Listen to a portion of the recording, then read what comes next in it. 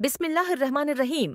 आज हम एक ऐसी कौम की दास्तान सुनाएंगे जो अल्लाह की बेशुमार नामतों की नाशकरी की वजह से तबाह व बर्बाद हो गई।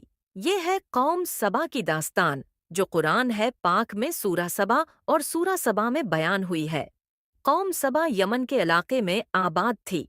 अल्लाह ताली ने इन्हें हर तरह की नामतों से नवाजा था। उनके इलाके में पानी की फरावानी थी, जरखीज जमीन थी और वहाँ बागात और खेतियाँ हरी भरी थीं। सबा के लोग अपनी तिजारत और ज़राअत की वजह से खुशहाल जिंदगी गुजार रहे थे।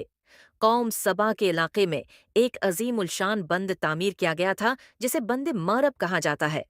ये बंद उनके लिए पानी जखीरा करने और खेती बाड़ी के लिए बहुत मुफीद था।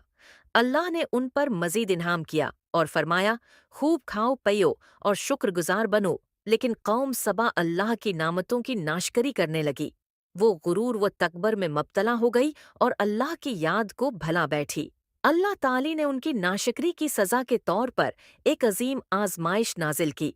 एक दिन बंदे मरब टूट गया और उससे एक जबरदस्त सीलाब आया, जिसने उनके खीतों, बागात और घरों को तबाह कर दिया। जरखीज जमीन बंजर हो गई और बागात की जगह कांटेदार झाड़ियां अग आए।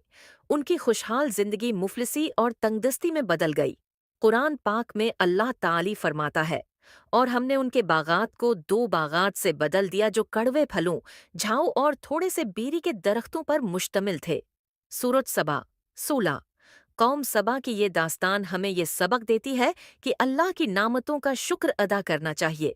अगर हम नाशकरी करेंगे तो अल्लाह अपनी नामतें वापस ले सकता है। ये वाक़या हमें अपने एमाल पर गौर करने और अल्लाह के अहकामात पर अमल करने की दावत देता है। अल्लाह हमें अपनी नामतों का शुक्र अदा करने वाला बनाए। आमीन।